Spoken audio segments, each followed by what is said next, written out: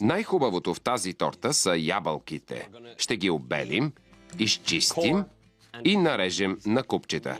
Слагам 3 супени лъжици и съвсем малко вода. Ябълките вече са омекнали до толкова, че да не се усеща хрупкавина. Сега вече са идеални за пандишпановото тесто. Пресипвам ги в една купа и оставям на страна, за да изстинат преди да ги сложа в тестото. В една купа слагам малко захар. Към нея ще добавим обилно количество омекнало масло. За това тесто е от основно значение използването на омекнало масло. То позволява на съставките да се смесят по-лесно. Ще го разбия, докато стане леко, пухкаво и въздушно. Ще добавя 3 яйца едно по едно, като разбивам сместа след всяко от тях. Причината да го правя по този начин е, защото не искам сместа да се пресече. Продължавайте да разбивате, докато се смесят напълно. Сега сипвам брашното директно отгоре. Не съм го пресявал, просто го сипвам.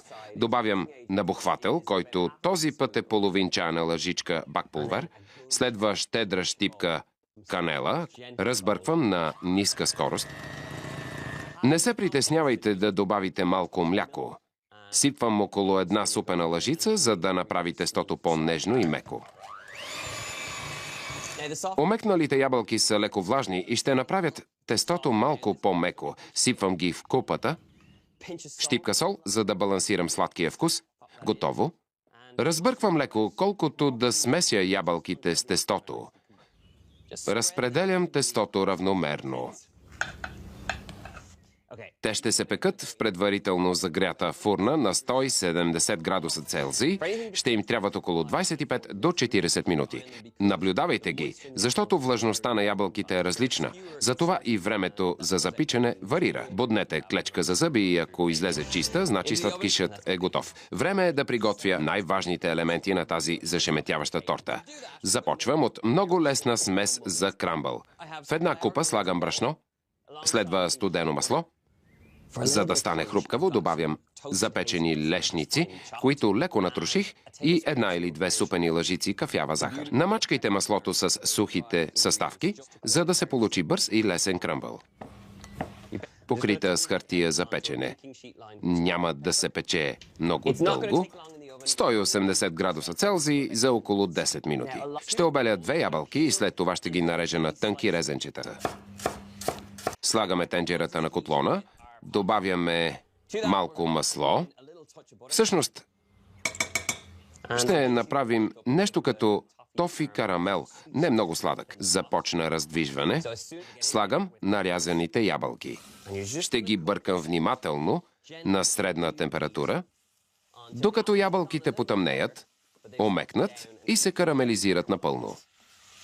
Трябва да направим прекрасната глазура. За целта ще използвам разтопено масло, пудра захар и дулче де лече. В една голяма купа ще разбия омекналото масло, пудра захар и чудесното дулче де лече. Пускам миксера, добавям една щипка морска сол.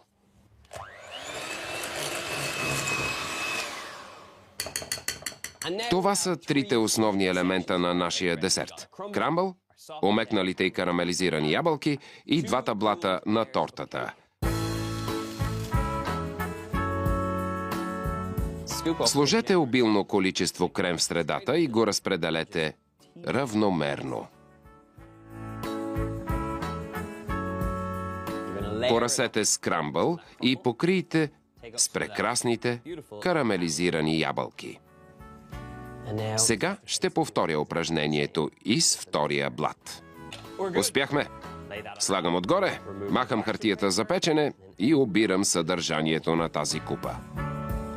За финал слагам крамбъл по краищата и нежните карамелизирани ябълки. Само я вижте!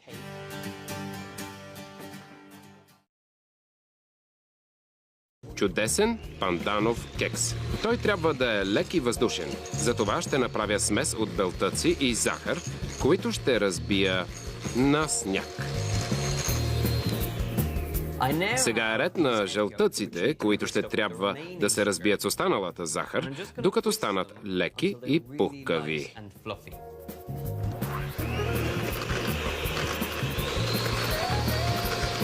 Към сместа ще добавя олио,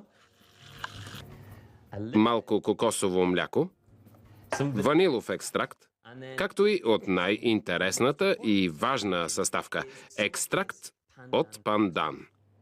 Достатъчна е една чайна лъжичка, за да се получи прекрасен зелен цвят. Продължаваме с бъркането. Вижте как цветът експлодира в тези яйца. Сместа е готова.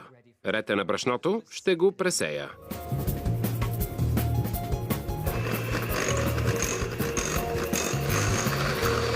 Следва интересната част. Време е да пресипем белтъчната смес.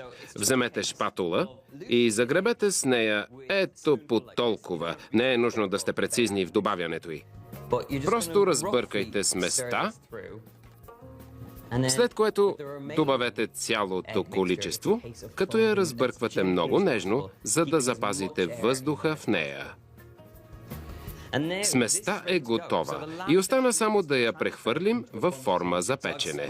Намазал съм тази много добре с спрей за готвене. Кексът е готов за фурната, където ще се пече за 35 минути на 170 градуса. Най-хубавото на сладкиша е, че той се надига и става като суфле, щом се извади. Най-подходящата глазура за този кекс е айсинг от пудра захар, сок от лайм и вода. След като кексът се охлади, изсипете глазурата и разнесете по краищата.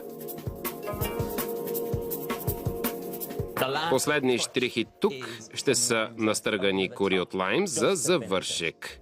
Истинско празненство след пътуването ми в Азия.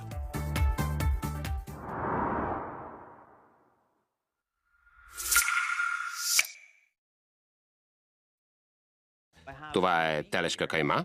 Към нея ще добавя няколко супени лъжици соев сос, чайна лъжичка и малко сусамово олио, 2 скилитки чесън, настъргани на ситно. Следва една интересна съставка, която се използва в оригиналната корейска рецепта. Това е азиатска праскова. Може да ви се стори странно, но сладкия вкус и киселината на плода ще направят месото неустоимо крехко. Последната малка съставка са малко сусамови семена. И сега се захващам с блата за пица. В една купа слагам пшеничено брашно, добавям маяна прах, щипка сол, правя кладенче в средата, сипвам малко топла вода и супена лъжица екстра върджин зехтин. Смесвам сухите и влажните съставки. И разбърквам до тесто. Обръщам го на плота, поръсен с брашно и го меся с длани около 6 до 8 минути, докато стане гладко и еластично. Покрийте с кухненската кърпа и го оставете да почива, докато си удвои размера. Ще направя доматен сос, леко повлиян от моето корейско приключение. Това е пасата, към която ще добавя корейската пикантна паста гочуджанг. За да балансирам соса, ще добавя и малко захар. Ще използвам точилката, за да го разточа колкото може по-тънко. Идеята да стане блата тънък е, за да се получи хрупкава основа. Сега ще използвам моята тайна съставка за пица и това е малко гриз. Просто сложете блата върху плоскостта за печене. Дойде време да подредим и плънката. Разпределете не голямо количество от тази смес, защото не искате блата да подгизне. Няколко гъби, малко пиперки, акцент с чили, нарязан пресен лук и малко от корейското кимчи, ментиралото зеле. На финала Остана само да разпръсна малки парченца от каймата по целия блат. Само я погледнете. За финал поръсвам пицата с моцарела. Добре.